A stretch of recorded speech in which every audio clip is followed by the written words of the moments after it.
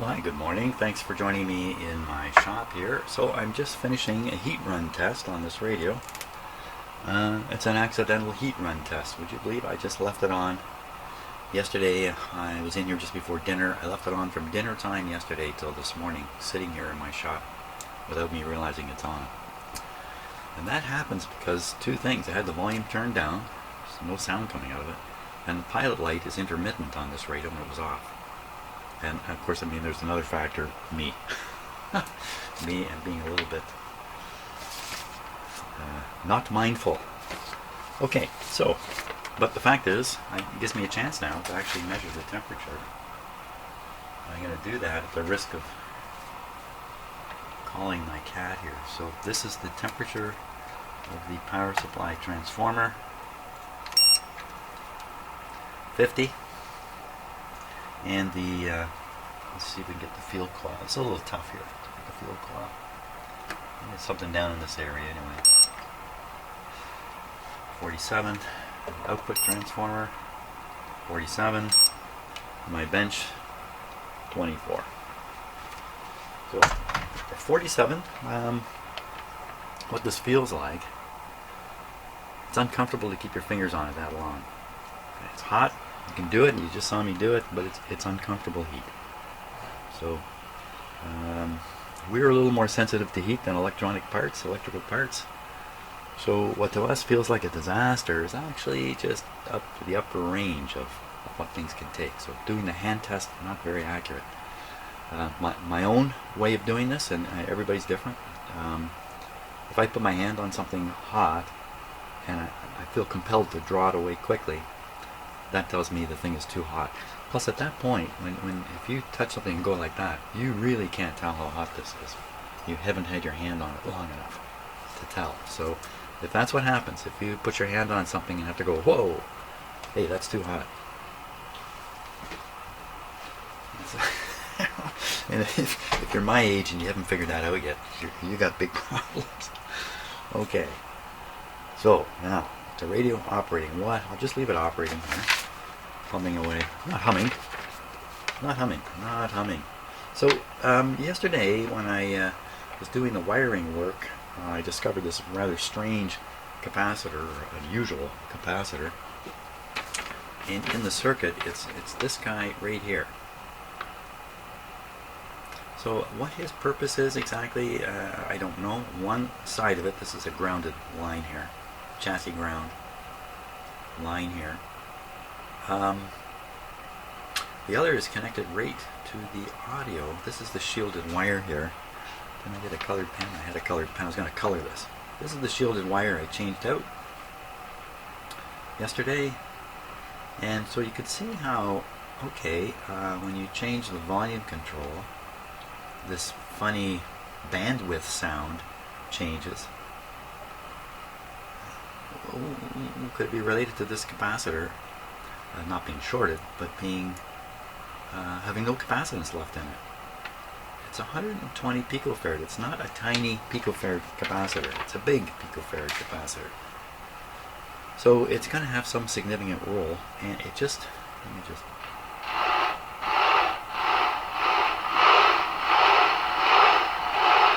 Still get some strange bandwidth thing going on there. I think. Wow. Yeah, that's right, radio. So I'm thinking, and I don't know this for sure, that this capacitor may be the cause of the problems here. It's failing to snuff out some RF, if that's what its job is, to snuff the RF out of here, so you don't get RF effects going on up in here. And if this guy's got no capacity, no snuffing. So that means I got to go right back into this difficult spot on this radio, right where I hooked up that wire, and try to replace this capacitor. That's my intention. So I'm going to study the situation here and come up with a plan of action. Okay, let's switch off the radio. Here's my replacement capacitor there, 158 picofarads. That's the guy I got to get down in there. The real problem, though, is getting the old one out. Its construction is different from most capacitors. I tried to describe this yesterday. Today I will make it even worse by trying to make a diagram of it. So this capacitor is kind of open. So the way it's constructed, it basically has a metal tang coming like this. This is what I believe. And one end is the terminal. Then around this tang is wrapped a dielectric or placed a dielectric material of some sort. My guess is it would be paper. So there'd be some number of wraps or turns of paper on here, like this. And then another metal part is put on it. You might almost think of it like a bracket, which is bent over it. Okay, so you can picture a piece of metal tang bigger than this one, slid in under this thing, and then the leaves are bent over, so it looks like this. Pardon my terrible drawing here. Is this even visible? Yep, yeah, you can see it. That's unfortunate. Too bad you can see this. And then, you know, pardon my artistry, but this metal wraps around the back. And again, pardon my artistry. Boy, that's generous, Jim. Okay, it sticks out this side, and that's the terminal. So basically you hook your wire here and your other wire here, and in between these two metal pieces is this dielectric material of some sort in my diagram here somewhere. That's what's in there. One end of this is soldered to the chassis in a big pool of solder, and the other end is soldered to a terminal on the tube. But exactly how this is done, did they bend this metal tab around this thing? I kind of doubt it. I'm pretty sure they wouldn't bend these at all, because it would disrupt the capacitors. I think it's just shoved in there, one end stuck in a pool, and the other end laid up against this. If that's true, I should be able to melt this and then bend this away, and I can leave it. I can leave it in there. I don't have to take it out. I could even test it at that point. Oh, I'm showing you a blank piece of paper, right? Terrible. You know why that is? I don't have my, let's call it, studio monitor going here. Shame on me. So anyway, I hope you got the point of that. That's all that really matters, is you get the point. So, and I just as soon not mess up the work I did yesterday, but I'm pretty sure I'm going to. So let's get in there and get a good look at this thing. What would be a good look? Right up this way here.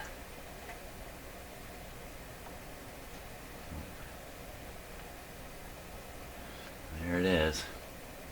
Now, let's focus on my camera today. So if you look at the bottom of it, where it's in the pool of solder on the chassis,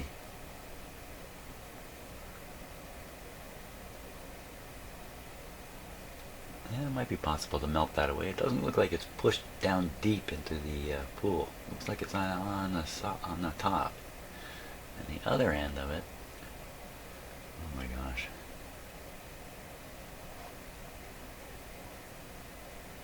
Hold my hand still here. There. The other end of it's all mixed up in that schmozzle there. Now maybe it's better for me to try to take the bottom off the chassis.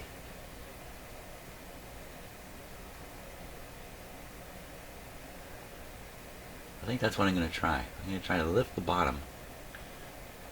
As for the top, I'm just going to leave it as it is. My new capacitor is going to have to get in there somehow.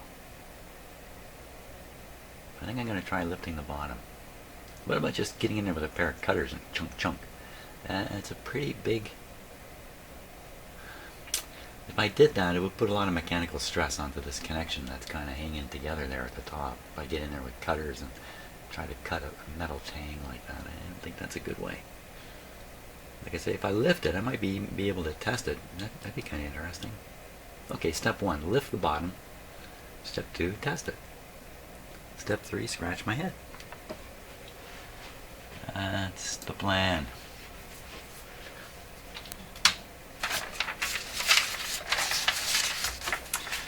I see one of the news stories this morning on Canadian news was people fighting fleas. And they had a vet on there, of course, talking about it and scaring everyone by talking about 1,000 eggs littered around your house, and that's what we've got here for sure. And that kind of stuff. The last thing he said was, and if you get the right insecticide that you can give your cat either orally or, as I did, it's a liquid drop you drop on their skin. So the good news is adult fleas will all be killed and the whole problem will end. So even if you have eggs through your house, especially if you get a special kind of flea poison called an IGR, which is a something which interferes with their entire life cycle. Kills eggs, kills the eggs, doesn't let the eggs hatch or something like that. Anyway, you know what, if you've got a pet and you've had fleas, you don't have to hear me talk about this. And if you don't have a pet and you listen to me talk about this, you'll never get one. Now, I'll see if I can hook it with this hook through the hole I saw.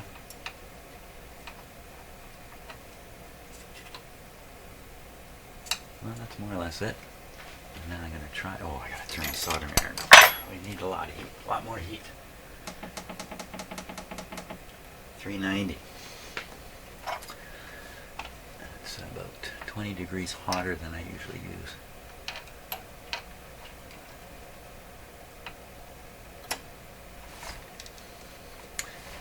Plus I have this on this rotating stand. You know, there are times where this is not a helpful thing. This is one of them. How do you get a soldering iron up through there? Well, I'm on the mark. It's going to take quite a bit of time here to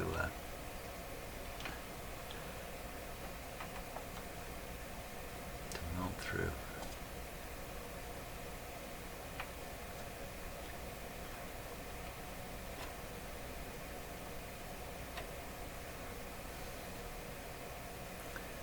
This really isn't the most powerful soldering iron, of course. I have a Weller. I have the Weller soldering iron I bought when I was a teenager for myself. I still have it. I swear there's no heat in that soldering iron.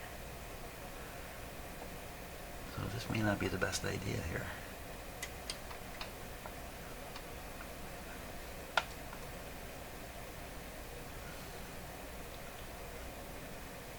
Yeah, the Weller soldering iron still works. I would use that on this.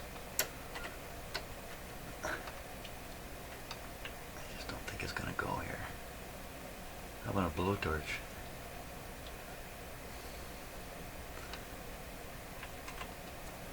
There's just about nothing happening here. It's a video of nothing happening. We're getting nowhere. I don't want to set my soldering iron any hotter.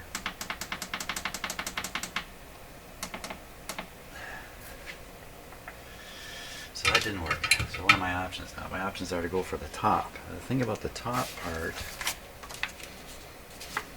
is I don't know how they did this connection here. They may see there's a hole in the thing. They may have shoved the hole and done something in here. You know, it could be a lot tougher getting this off that top piece. So the next option really is to try to cut it away down here. You know what the risks are. So one of the challenges, you get a great big pair of cutters in there.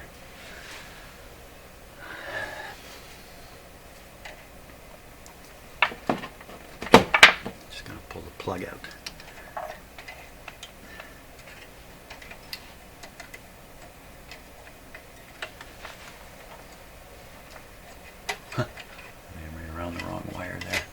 Get right in there.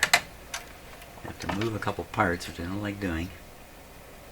That one this way, that one that way.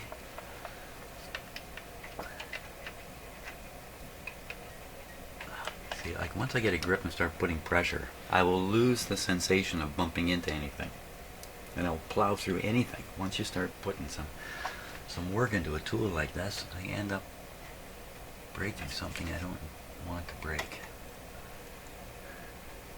And I swing this wire the other way. And I don't like moving these things. Ow, what's hot? Oh, it's hot for me and the soldering iron. Okay, can't get that over very far.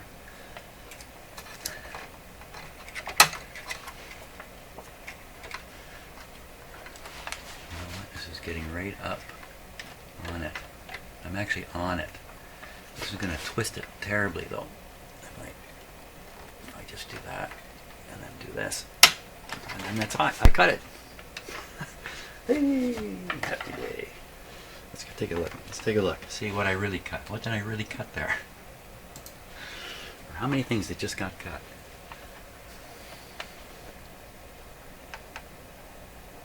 You can see I twisted it there.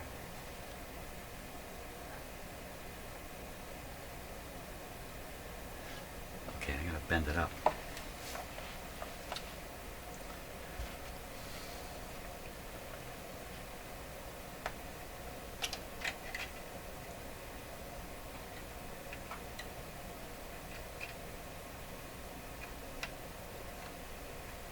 Something got cut in here, I know that for sure.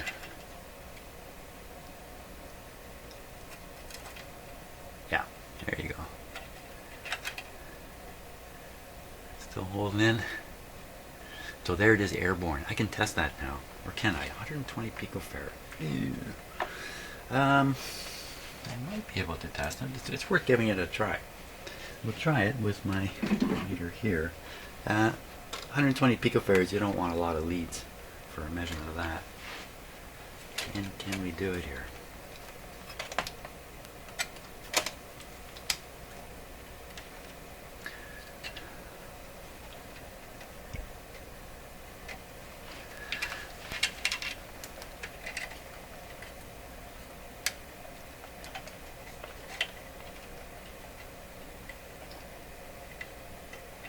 Okay, I'm clipped on the bottom.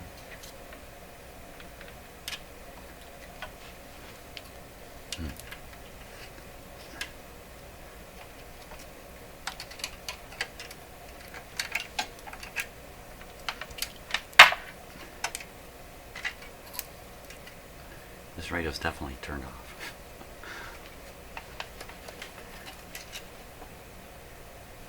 I wonder how those tubes got broken.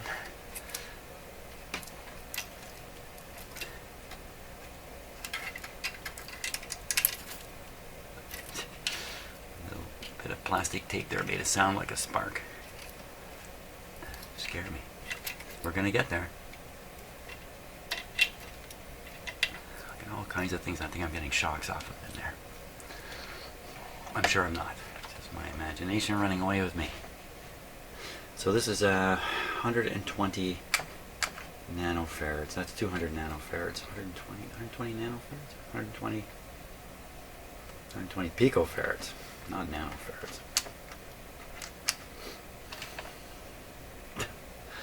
So it's 100. So believe it or not, it's not bad. Can't tell if it's leaking from this. I have to imagine it's a little bit leaky. It's just out there in the open. So the disappointing thing is this is not likely to benefit this radio one bit. Now sometimes in troubleshooting you have to go for the elimination approach. It's just maybe that's the problem. Let's eliminate that. Of course, in the course of eliminating a problem, you can introduce more. Such is life. So now I got to get this in there, or shove that back and solder it back. Oh my gosh, what a choice!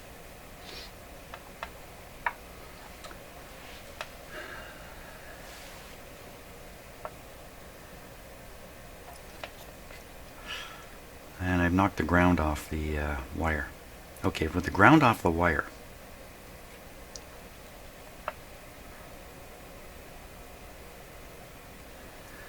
I got a good idea. Let's take that wire off. What I spent the last video putting on. Let's take it off. I think I have a good idea, which is even worse than having a good idea. All that work to get it on there. But I've knocked it off already. Suppose had I been thinking, I might have thought, let's change that capacitor right now.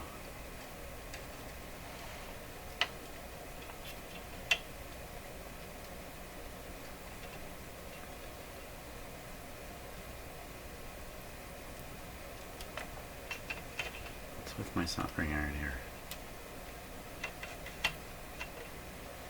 Another huge connection here I made. Lovely one.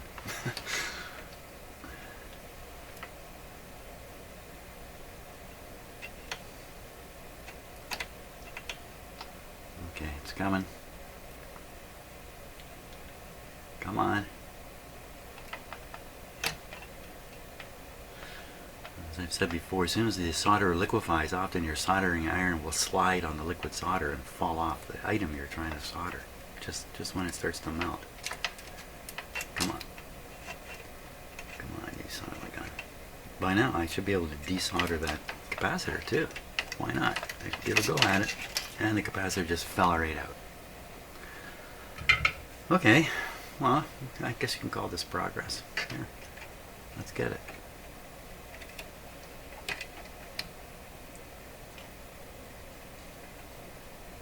Come on. Okay, there it is. Okay. Let's take a close look at this thing and see what we can see.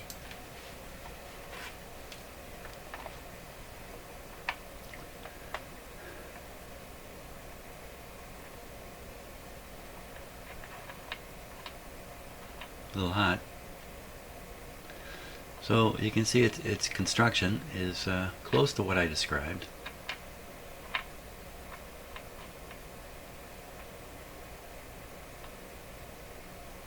Hey, what is going on here? This isn't quite what I thought it was. Is it? Ouch.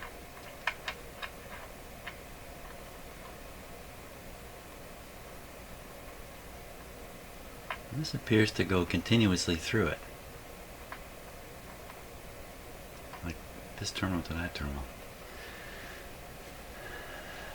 It's just not, doesn't look. I mean, I'm not sure of anything. Don't say you're sure, Jim. You're not sure of anything. If you're sure, you sure are a fool.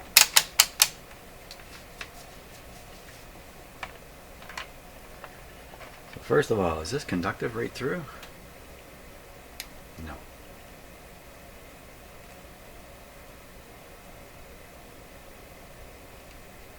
You have to give this meter time to think about things.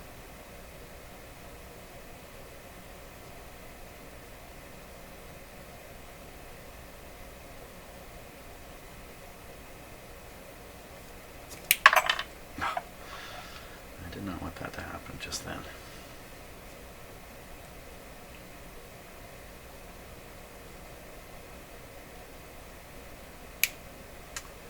Come on.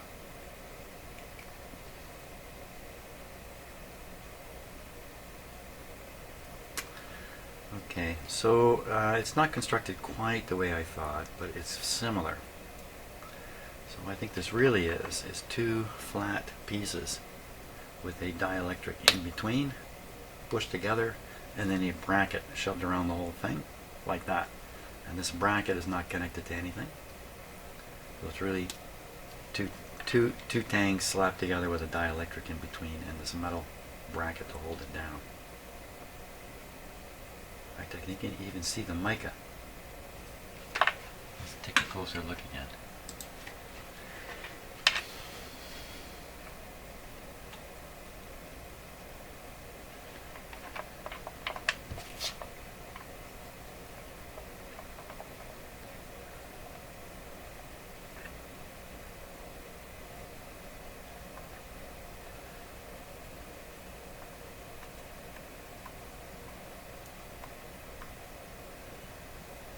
That's a piece of mica right there you can get on.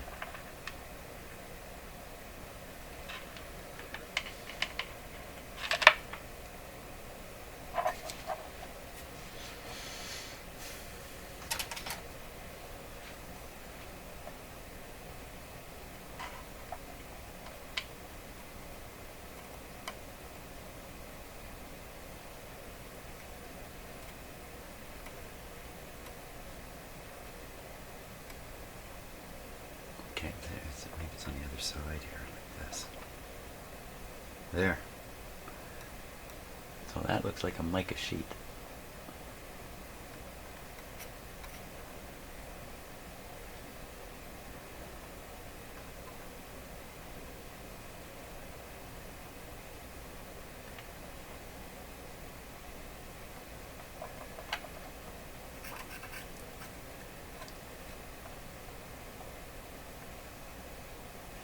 Kind of thing you wouldn't think could function after almost 100 years sitting in a radio, just in the open. That's metal in there. So you can actually see it's a metal plate clamped in.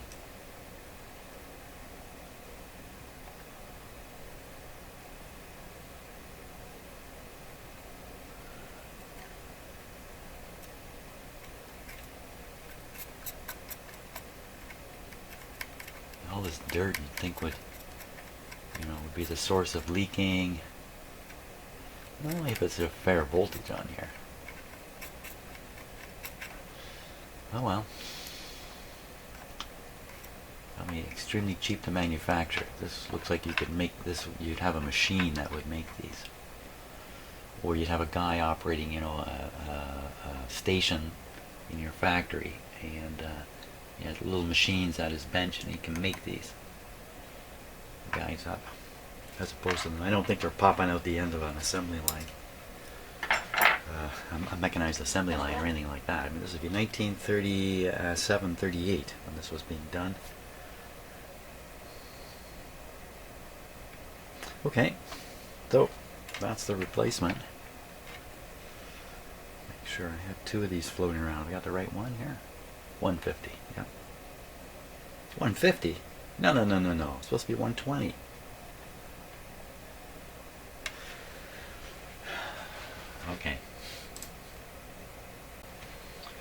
Okay, we're going to use this type of capacitor now. It's 120 written right on it. No doubt about it. And I might have a much better idea with this.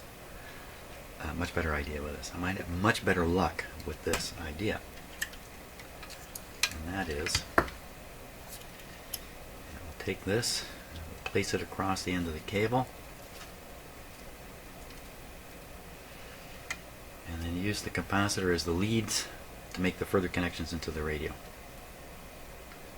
That's my plan. So I'm going to put this like this. I'm going to put this, take it around here. Like that. Like that. In it goes. I think I'm going to spare you the, since you watched me forever try to solder this, if you hung into that wire video and watched me spend an hour getting this soldered in, only to watch me do it again today. I think that's a little much. So I'm going to solder it in here. Wish me luck. Okay, changed my mind. I'm going to video myself putting this wire in again, and you can watch it if you wish, or fast forward your way through this. And you don't have to watch me struggle with this wire, but because I never know what's going to happen, and occasionally I do stuff not on camera and then I regret it afterwards because something interesting or entertaining occurred. Okay, so you see I got the capacitor in there, but on the end of the wire, but I haven't soldered anything yet. I just thought if I solder it, the thing will be so hot I won't be able to handle it for a while, so I do all the soldering at once. This guy's supposed to go right in there, like that.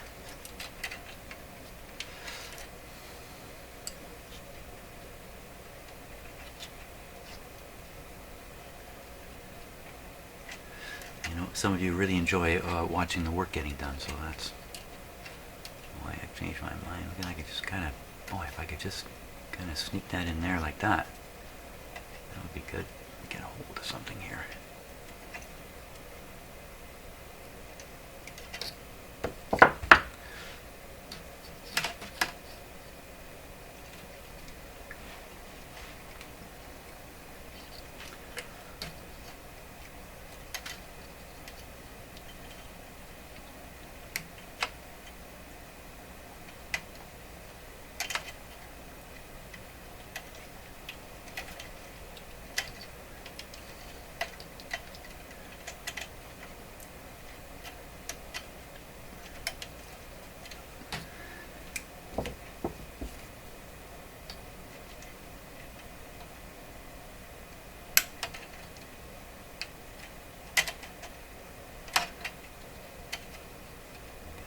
get it? I think I kind of got it there, right on the tip.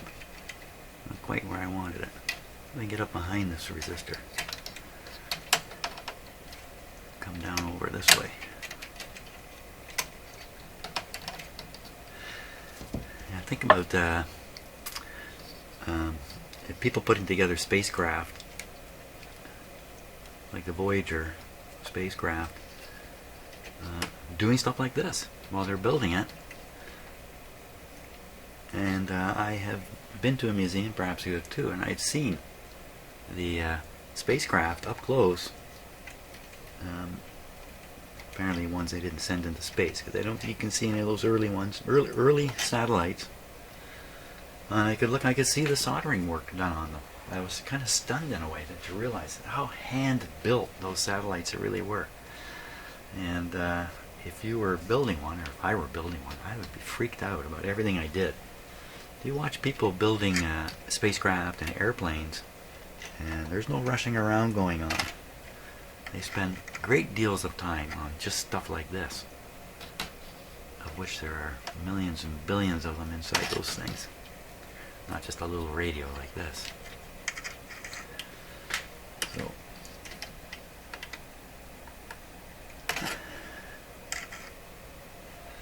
So I think that's good enough to solder there. It's a little loose, but I think once we have it soldered up, it'll be just fine. Once that end is fixed, then I can work on the other end. Much better approach than what I was doing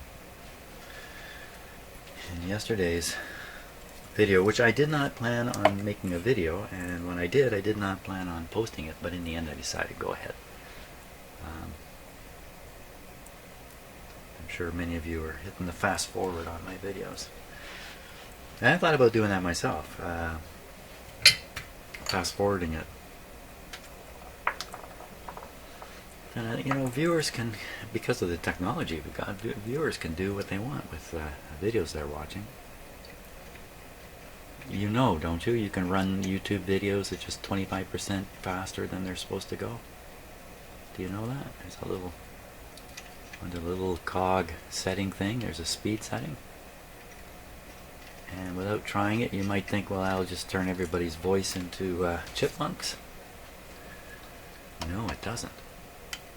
Okay, I'm going to pull this down while I solder it here. Because they don't just speed it up, what they do is they take out slices of the video. It won't go down any. It's on there anyway. Why should I fiddle with it more? As ugly as it might be. I think what it needs is a good serving of solder.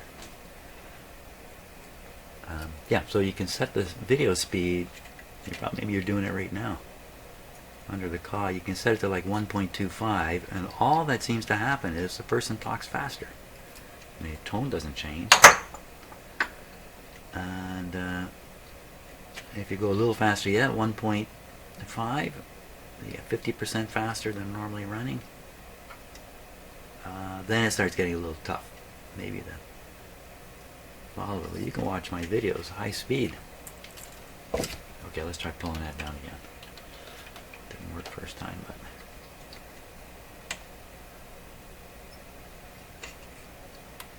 yeah, I don't know what it's caught on. I'm just not melting it here.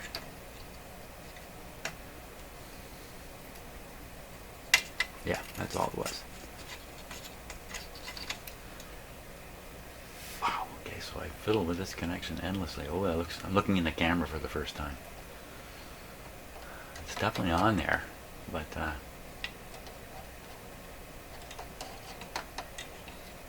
going to leave that as it is. I'm going to deal with the ground connection next. Because the ground thing is banging right into the ground there already.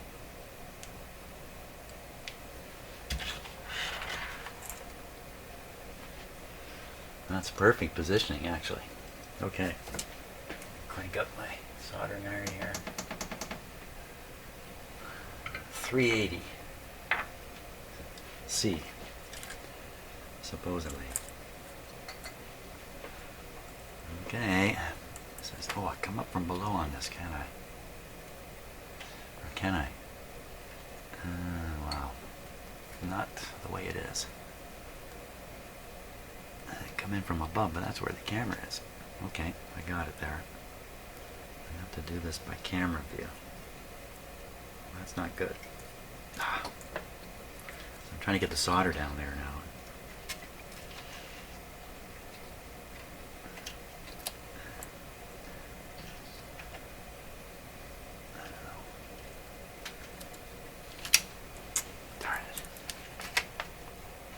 Frustration already, because I've been here already. That's not really in contact. How am I going to do this? Okay, I got to get a plier on the wire, push it into contact, shove that soldering iron right there. Hold still, everybody.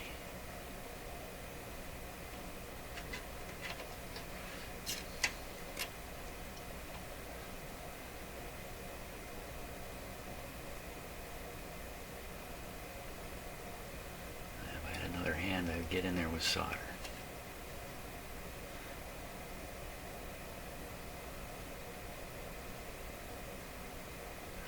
Boy, I tell you. That's just barely hanging on there, so that's no good. That's going to come off for sure. Let me soak it up with some solder here if I can.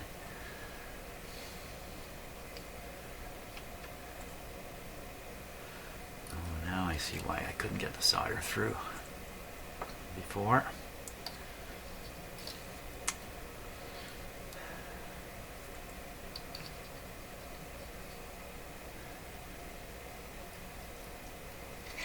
Ah, boy.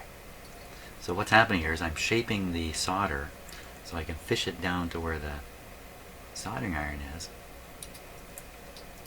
But every time I go to put it in the radio, it bumps up in something and bends away, and just the usual frustrations with soldering. Okay, so I'm looking at the camera again.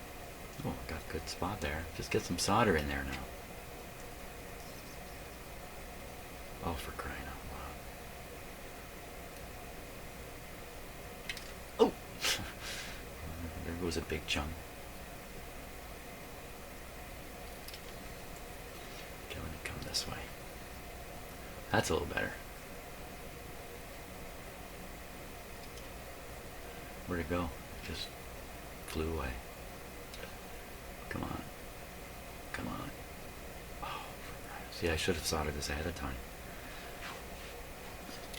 Okay, I gotta do this by direct division here. Somehow.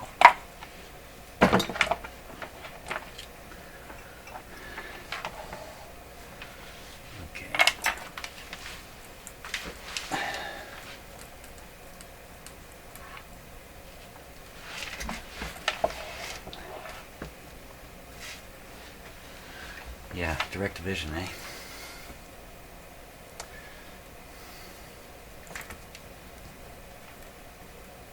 Let's first get the solder there. Maybe that's a better approach. There, right there. That's good. Bring the soldering iron in. Huh.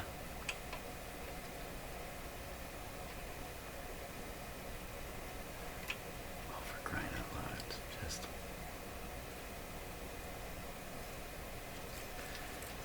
everything is interfered with going in there.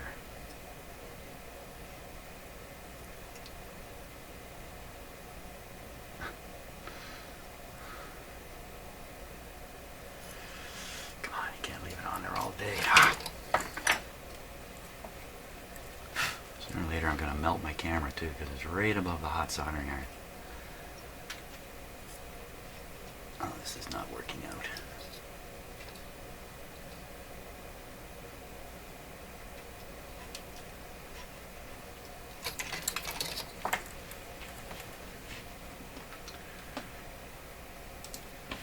Longer perspective on what I'm trying to do. So I'm trying to shape the solder.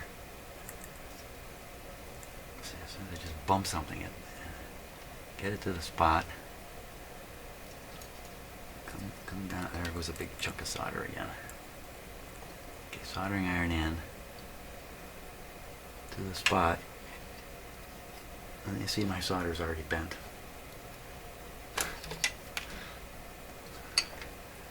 That's what's going on here.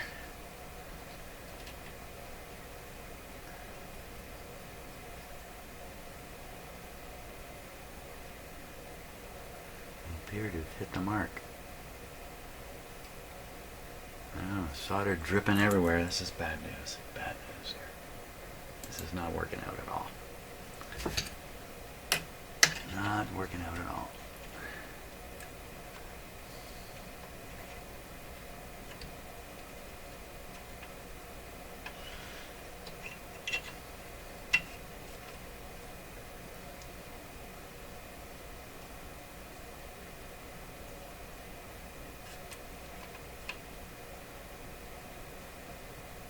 This looks good.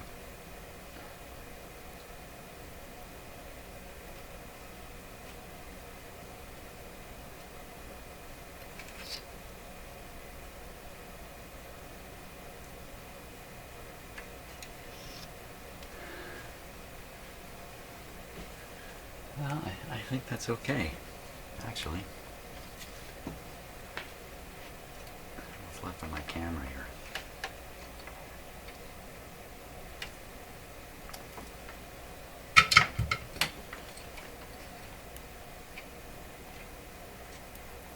The camera's pretty warm.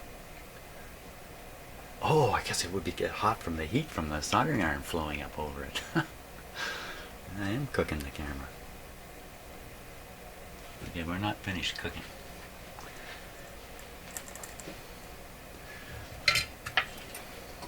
Now, hopefully there's no tension in the connection. As soon as I solder, it doesn't fling apart. I'm back to square one. It's probably actually a pretty good connection, really. Look at that. I'm glad you can look at it. I can't see what I'm doing again. That somehow improved the situation.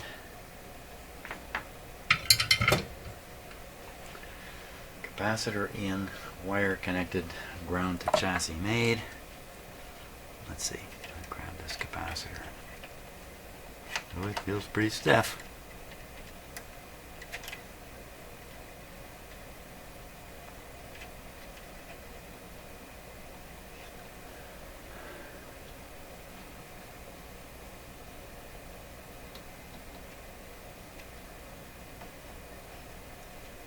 Piece of wire you can see in the camera there, that just seems to be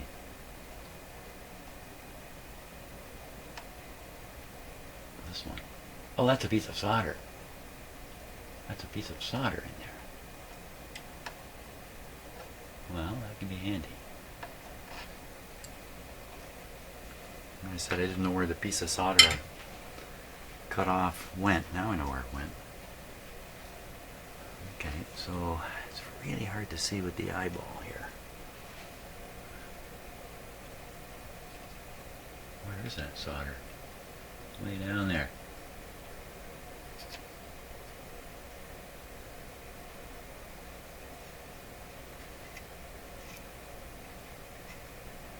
Well, wait, really? That's got to be good enough.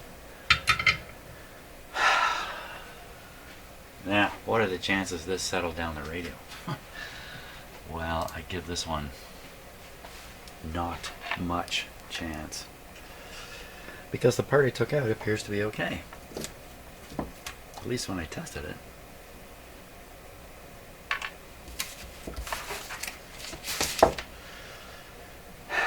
Okay, volume down. Plug in. The antenna connection, let's put it on.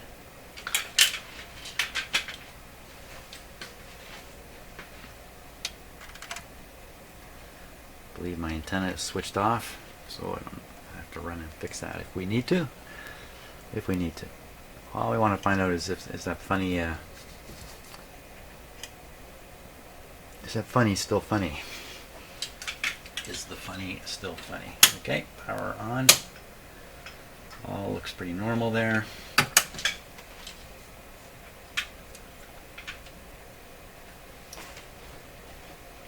Yeah, when you're doing this work, if your radio has a pilot light, it's good to have that pilot light working. Just as a reminder. that you got a live radio in front of you. Apparently, I should take my own advice. I do take my own advice most of the time. Okay, let's turn it up. What do we got?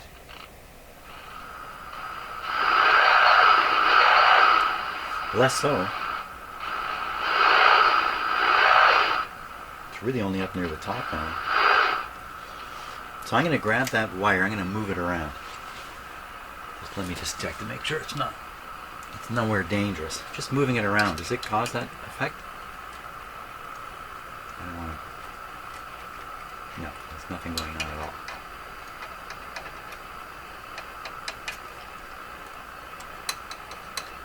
I'm trying to affect the grounding on it.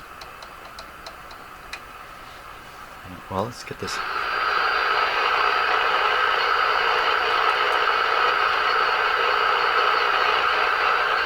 Nope. Well, we know it was not this. It does seem to work just a touch better. Let's go. I'm gonna get a decent antenna. We're gonna listen to this thing for real. Hang on. Perfect. Just something I just kind of forgot about again was these buttons are intermittent up here still.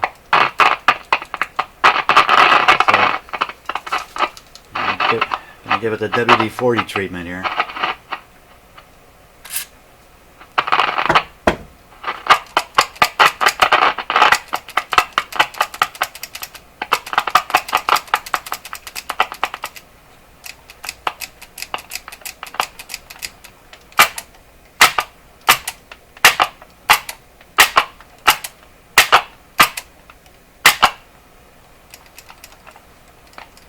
There we go. WD-40. Hey, a lot of people are against WD-40.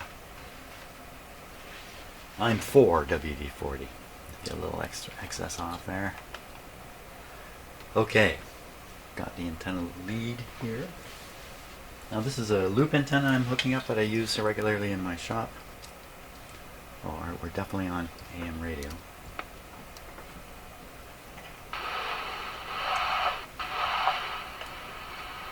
Okay, we'll tune the radio to.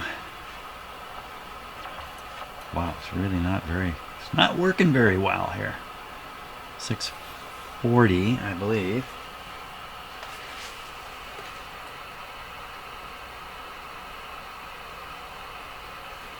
Oh wow, that's really a sad tale of woe here. Whoa, that just moved. I don't want this to pop off and fly around in here. Oh, listen to it.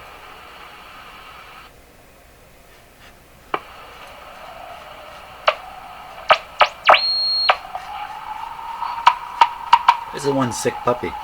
Okay, I'm sure there's a wiring error in here. To behave this way?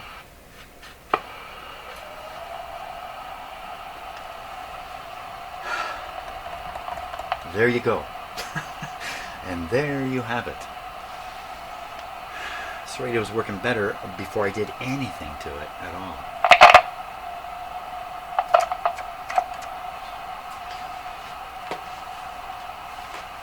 Well, not to give up just yet.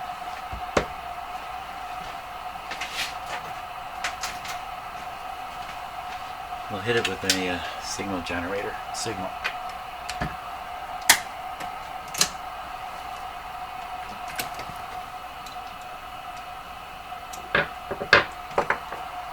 The bench is getting a little crowded here.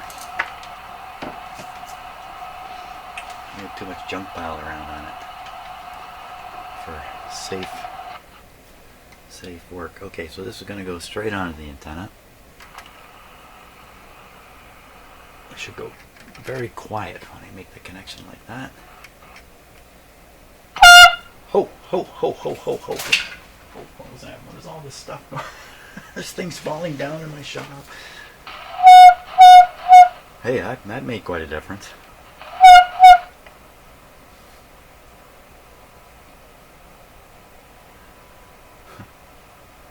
From hooking up hooking up the signal generator. You can hear the signal generator back there. Very faint, 1000 hertz. Because the signal generator is set on 460, not really where I want it. Let's put it, let's tune to 1. I was going to say, we'll tune to 1 million. Look what's there. Right on 1 million. Really? So just another wild coincidence, probably. But hey, this is where the fun is. Oh no, the million's here. I'm looking at, as usual, I'm looking at the wrong scale. So it's right around 900. It happens to be almost exactly double the signal generator. Well, it's not the cause of the tone, but it's definitely in there. So let's go to 900. Okay. Is it going to pick up 900?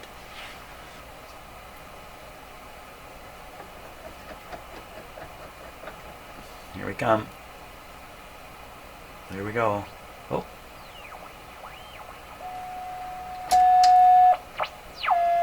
$9.50. So it's receding.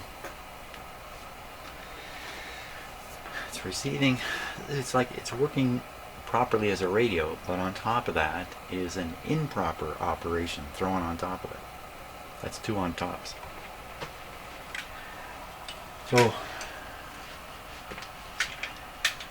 So I think that's it for now. I'm going to ponder my next move on this thing.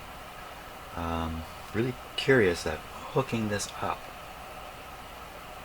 made the radio really resonate. And what that says to me is it's something going on in the very front end of the radio. But I don't know. I don't know, and that's great. Hey, see you on the next video. Thanks again for watching.